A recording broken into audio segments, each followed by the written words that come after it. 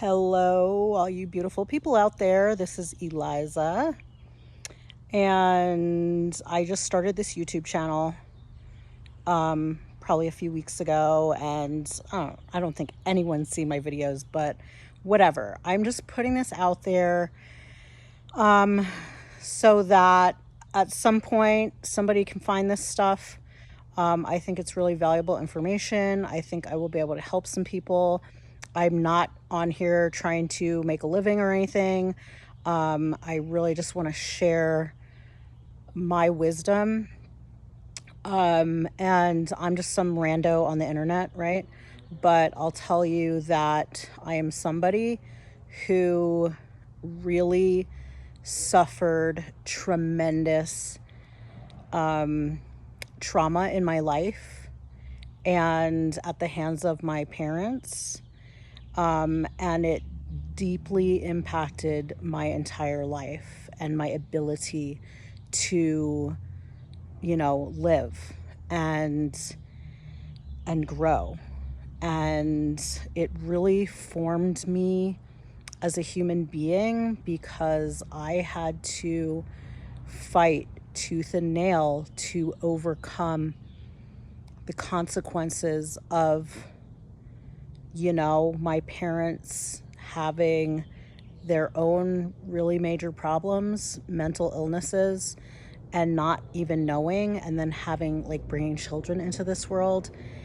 And, I think that there are just so many people out there in the world who are like me. And I don't know, I don't see a lot of sharing, but maybe I'm just not looking in the right places. But my intention for this channel is to, share some of what I've learned, because I've had to overcome a lot. And I'll start by saying that I had complex PTSD since I was a small child, probably. I don't really know how early that goes. I'm honestly going to say it started in utero because I probably never existed in my life as a child without complex PTSD. So it kind of, it's like a million times worse than a combat veteran getting PTSD in, combat, because you're a child and your brain is developing, and so your brain has to develop, under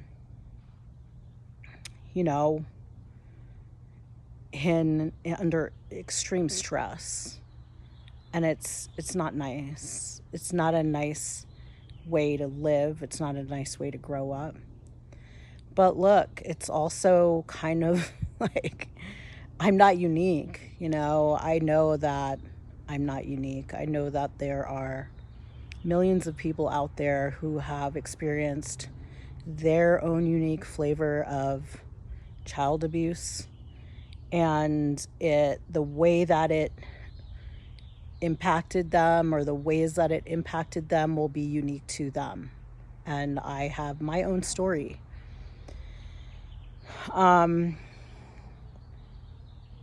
So I don't want to go into a lot of detail about that right now. I just want to say that I am on here speaking from experience. I not only did I have complex PTSD, which is very hard to, heal and overcome, but I do want to say you can heal from this. And I healed from this. And it was the hardest fucking thing I ever did. And becoming a parent was the motivation that kept me going, because I did so much work on myself without results for decades. That's how hard it is. And it can kind of seem like you're not getting anywhere, you know. But I hope you guys can hear me because my finger was covering my, I mean, I'm on my phone. I don't have any, I don't have any of that stuff, you know, right? But anyway, yeah, it just can really seem like you're never going to get better and you're just getting worse, or you're just, you know, spinning your wheels. But I just kept going, and I had other pretty severe problems. I had addictions. I had addictions to nicotine since I was 11 years old. I had addiction to marijuana since I was probably, you know, not much later, maybe 14 years old. Daily user my entire life. And I was able to drop those addictions like several years ago. And it wasn't hard. It wasn't hard to do. It was just like I was ready to let go of those things. And I had, you know, probably a sex addiction or a love addiction, where I was always trying to find love through men and through sex. And I had a lot of casual sex and a lot of relationships that were just really abusive. And this was just like one of the things that plagued me, you know, because it didn't matter who I was with. I just kept repeating this cycle that made me feel like I was trapped in my childhood, right? I also had a debilitating eating disorder since the age of who knows how young I was, probably 7, maybe 10, maybe 10 years old. That, you know, I had its cycles in my life, and I recently, a few years ago, recovered from my eating disorder, and I'm still, you know, healing from that. And, you know, just, yeah, I was a very broken person and just suffered tremendously. And I suffered from, you know, suicidal ideation. I just had like very overwhelming emotions of wanting to die, and I really, it was my son that kept me going. I just didn't want to hurt him. I didn't want him to, you know, suffer. And I wanted him to know that I was okay. And I think that was a question in his mind for most of his life, you know. But he watched me grow and evolve and heal. And he knows that today I am a healed person, and I am a new person, and I am someone who loves life and loves myself and is very capable of immense transformational growth.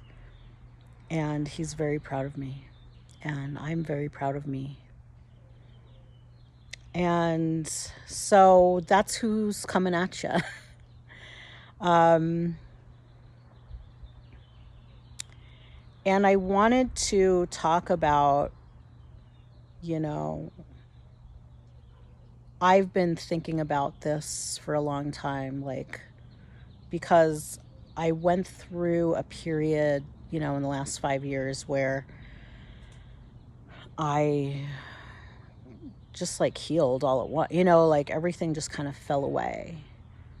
And I'm like, what was it that I did that healed me, because I did so many things. I did so many different therapies. I did just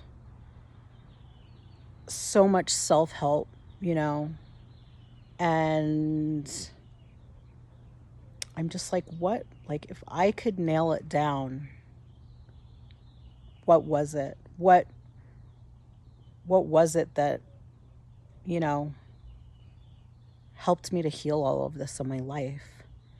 And I realized that, it wasn't really one thing. It was probably everything that I did.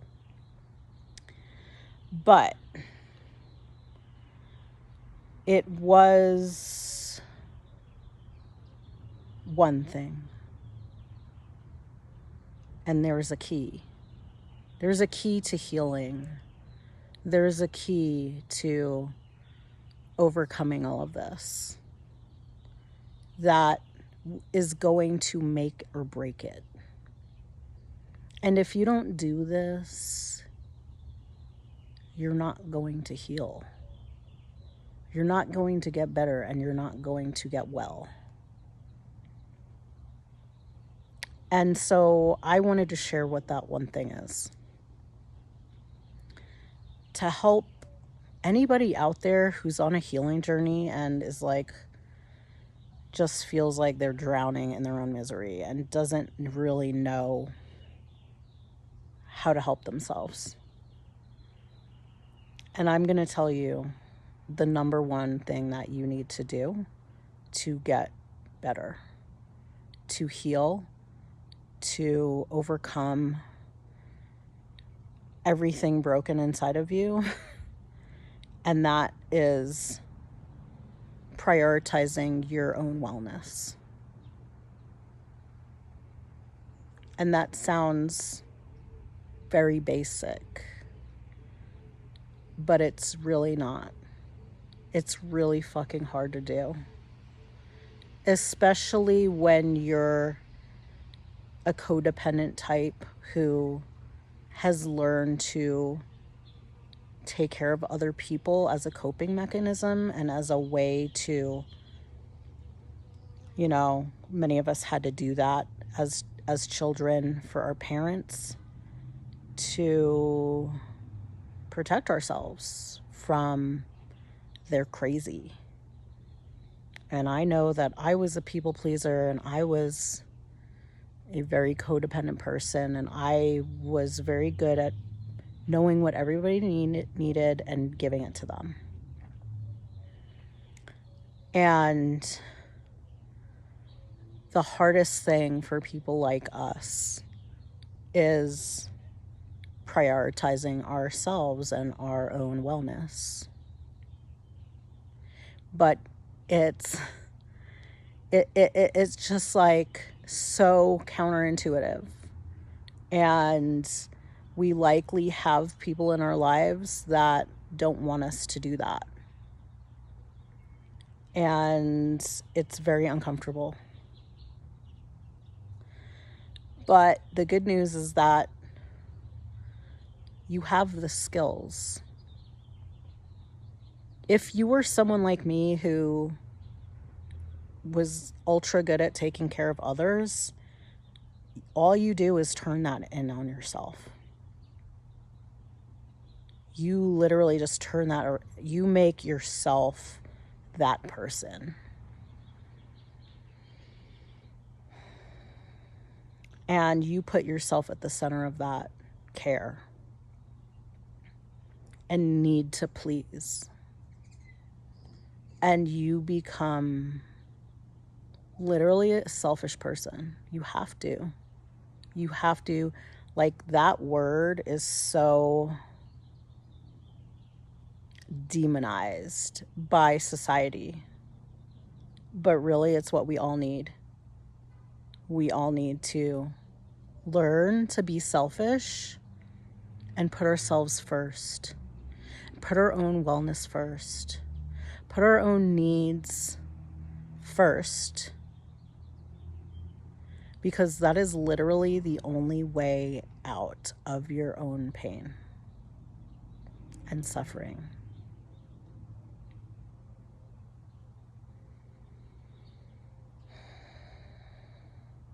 I can just hear like all these people like gasping at the idea of putting themselves first because they're a parent, you know? And I'm telling you, like, you're not doing your kids any favors by ignoring your own needs and putting them first. You know, it's like that saying, like, you have to put your own oxygen mask on first in the airplane, you know, before you put theirs on, because they need their parent. They need a well parent. And if you're unwell, you're not helping them, you're hurting them. And you need to do them a favor and admit that you don't have the bandwidth to parent. And get someone to help you. And I know that that's not going to be possible for everyone. But you do your best.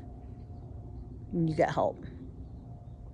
Help from the school, help from other parents, you know. You really like need to give your children space to be taken care of by other people who can do it if you cannot. And if you can't take care of yourself, you can't take care of them. It's harsh truth, and I'm not here to butter anyone up or make this any more, you know, I'm not here to be liked. I'm here to just tell you what's up.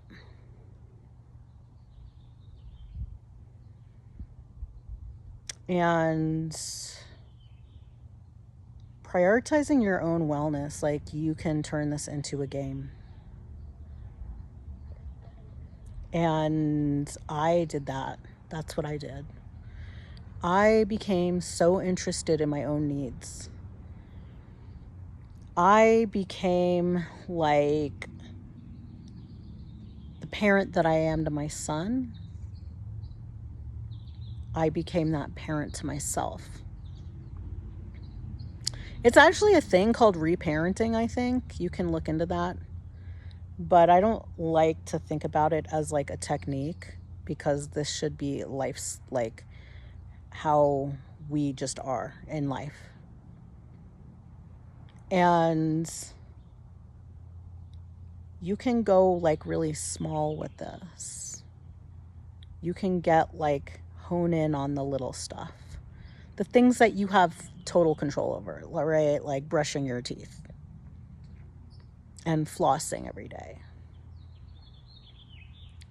and making sure you're eating and drinking, and getting to bed at a reasonable hour, and getting enough sleep, and making your bed, and doing your dishes because it makes you feel better when they're done, and taking a bath or taking a shower, or just laying down in silence and putting your hand on your heart and feeling your feelings. This can just go so many places that are unique to everyone, because, I mean, there's things that we all need, that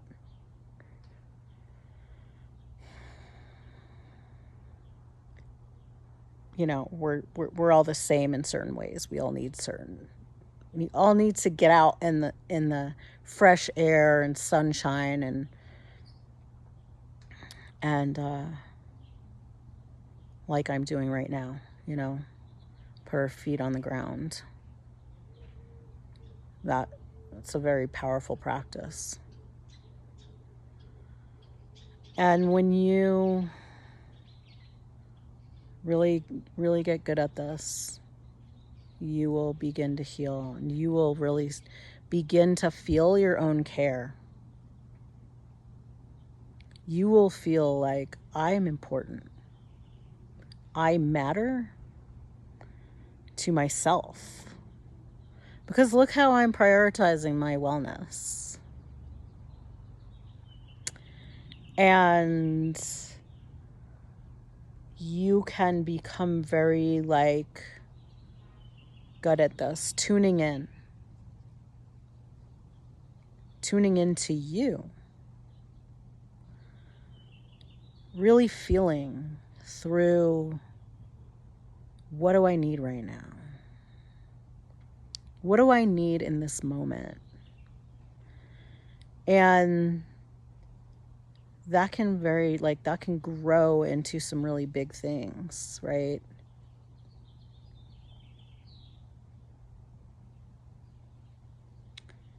And there's,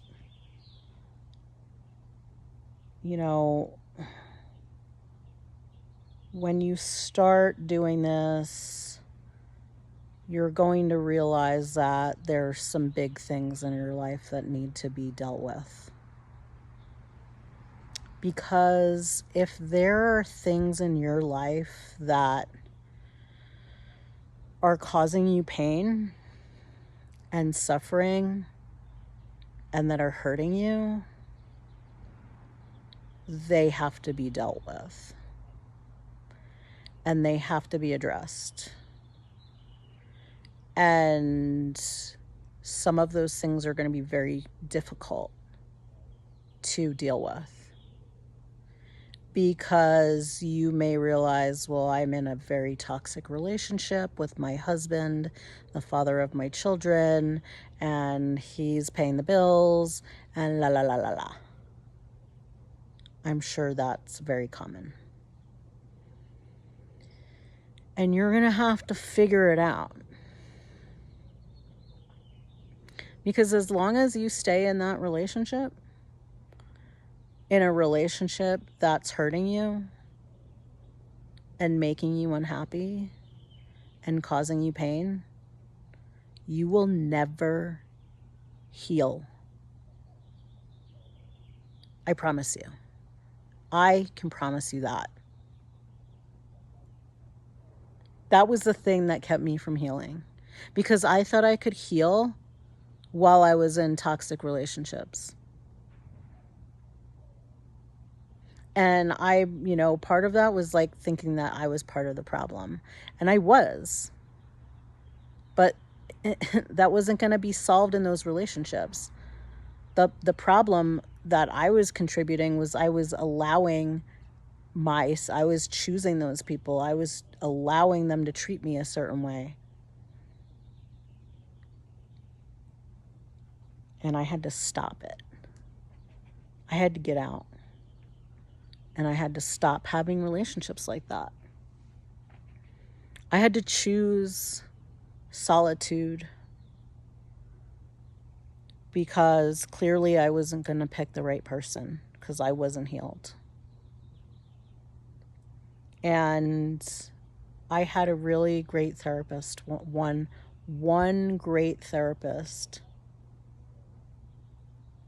And she said to me, and I'll never forget it, you can't keep ripping off the Band-Aid.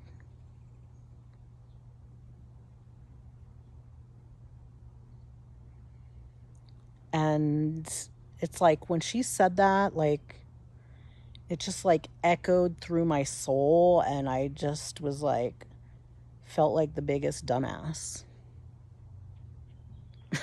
Because I was doing all this work on myself and healing, and I was in these toxic relationships.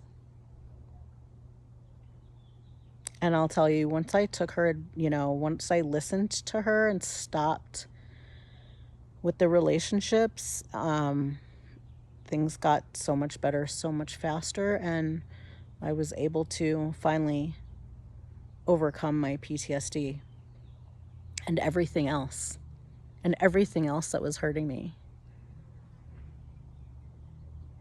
You know, like I finally had the power to say, like, no, I choose me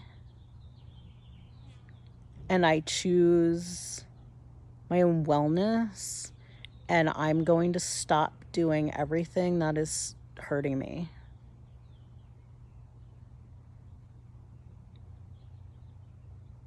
And it wasn't hard because that's what I wanted. I was like, I'm done with the cigarettes. I am done with the coffee. I am done with the marijuana. I am done with the partying. I am done with men. I am done, I'm done with this eating disorder. I don't care how much weight I gain. All of these things are hurting me and they're stopping now. That's when I healed. That's when I literally healed. And I remember the day that I got into something with my kid. He's not a kid anymore. And I didn't have an emotional, I didn't get triggered. And he was like expecting me to get triggered because that's all he knew. And I didn't. And that, I'll never forget it. And feeling like, how come I'm not triggered right now? How come I feel okay? How come I'm okay? How come I'm not crying? How come I'm not freaking out and trying to control what he does or says or thinks or anything? And it's the most profoundly liberating experience I've ever had in my life, having control over my being. And yeah, that's how I got there, was by really becoming an expert of loving myself, of tuning into myself, of asking myself, what do I need now? And, I had not just toxic love relationships, I had toxic friendships. I had, I had like toxic situations with people. Even at like my whole social group was toxic. It was a toxic setting and environment I was in. I had to pull myself away from all of everything. Literally everything. Everything that I loved to do. All my hobbies that I found as a way of,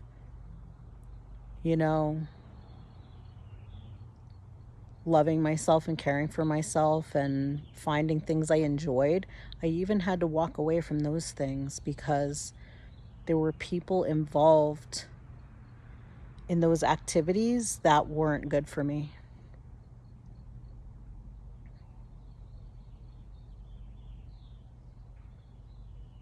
And it was really hard. I'm not going to lie. It's been very isolating. But, like my family, toxic. Work environments, toxic. My social network, toxic.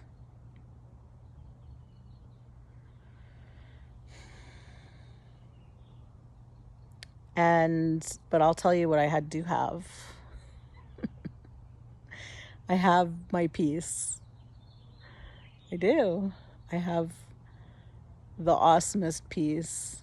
And freedom from the PTSD and all the addictions and all the shit that was plaguing me my entire life. They're all gone. And I have no desire to drink or do drugs or to numb myself. Honestly, like every time I do something like that, I'm just like, I don't like how this feels. I like being sober. Being sober feels really good. I like how I feel.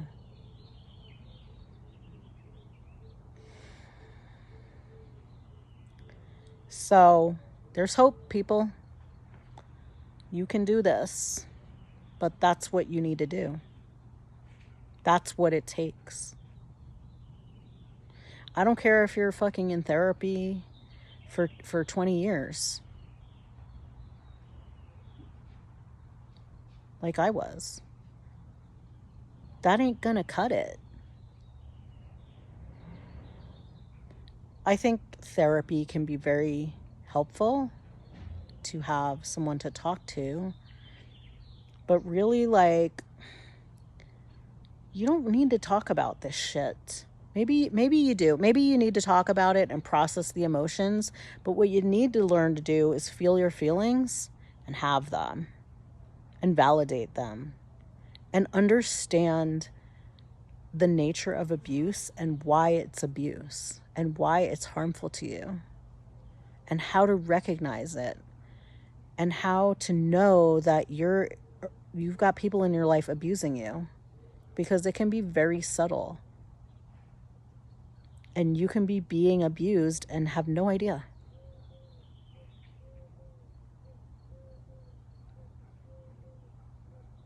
Like, yeah, you need to learn all that shit. And maybe therapy can help with that. Learning new behaviors. But if you can't put your own wellness first and prioritize yourself and your own needs and learn to become your very best friend, learn to become the parent you never had,